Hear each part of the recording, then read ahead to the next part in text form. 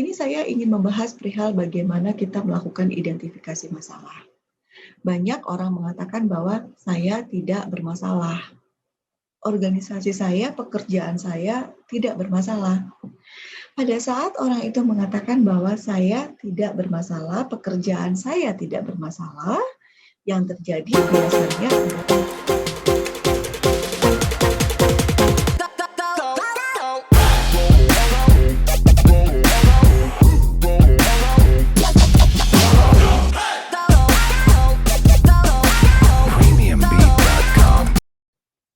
Selamat malam, Bapak dan Ibu, para profesional, para eksekutif di organisasi. Kali ini saya ingin membahas perihal bagaimana kita melakukan identifikasi masalah. Banyak orang mengatakan bahwa saya tidak bermasalah. Organisasi saya, pekerjaan saya tidak bermasalah. Pada saat orang itu mengatakan bahwa saya tidak bermasalah, pekerjaan saya tidak bermasalah, yang terjadi biasanya adalah justru di situ masalahnya paling besar. Begitu kita mengatakan kita tidak punya masalah, berarti kita sangat bermasalah.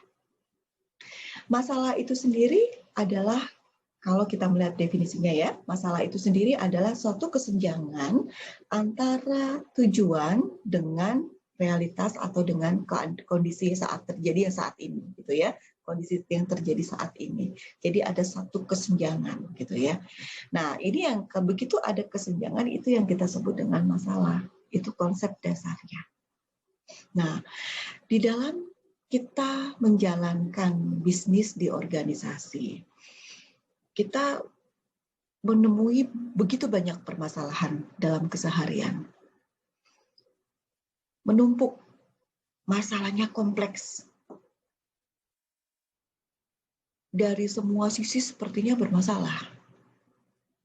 Pada saat kita menghadapi kondisi seperti itu, Bapak dan Ibu, kita harus kembali kepada 3 pertanyaan yang sangat mendasar untuk kita bisa sampai kepada akar masalah dari situasi yang kompleks. 3 pertanyaan yang mendasar ini apa? Pertama, sebetulnya inti dari sekian banyaknya permasalahan itu tuh apa? Intinya.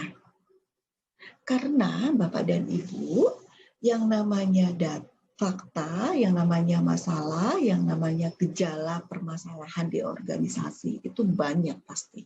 Gitu kan? Semua orang akan mengatakan ini masalah, ini masalah, ini masalah. Itu semua adalah gejala, bukan masalah.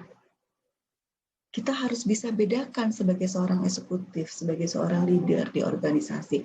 Ini gejala atau ini masalah. Ya, sehingga ketika kita mendapati serangkaian atau begitu banyak peristiwa, kita harus mencari yang namanya benang merah untuk menentukan inti dari permasalahan. Itu yang pertama. Yang kedua adalah kita harus bisa memetakan hubungan dari kejadian-kejadian itu, hubungan dari permasalahan yang terjadi, gitu kan? Bagaimana permasalahan itu berdampak dalam jangka panjang, sebetulnya trennya seperti apa, begitu kita dapat alurnya, kita harus bisa memprediksi sebetulnya ini akibatnya apa dalam jangka pendek maupun dalam jangka panjang.